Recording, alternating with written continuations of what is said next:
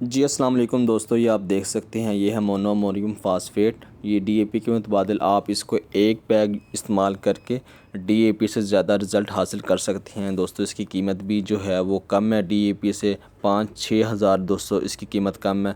इसके अलावा दोस्तों एनपी के 5, 15, 45 प्लस ट्रेस एलिमेंट भी आप देख सकते हैं। दोस्तों ये चाइना का इम्पोर्टेड बैग है, आप इसको भी इस्तेमाल करके अच्छे रिज़ल्ट हासिल कर सकते हैं। ये ओलिग्रो कंपनी की दोस्तों ये अमाइनो फोर्स है।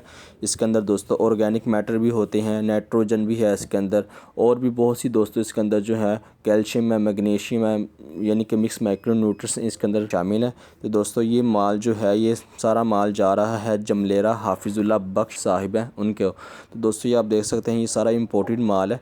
तो ये हाफिजुल्लाह बख्श साहब जो हैं जमलेरा से, उनको ये माल जाएगा। तो दानियाल कोच जो है उस पर इनका माल जो है वो लोड करवाया जाएगा, जो उनके इलाके की तरफ जाने वाली बस है। ये आप देख सकते हैं ये बस आ गई है। ये देख सकते हैं दोस्तों इनका माल जो है वो लोड हो रहा है।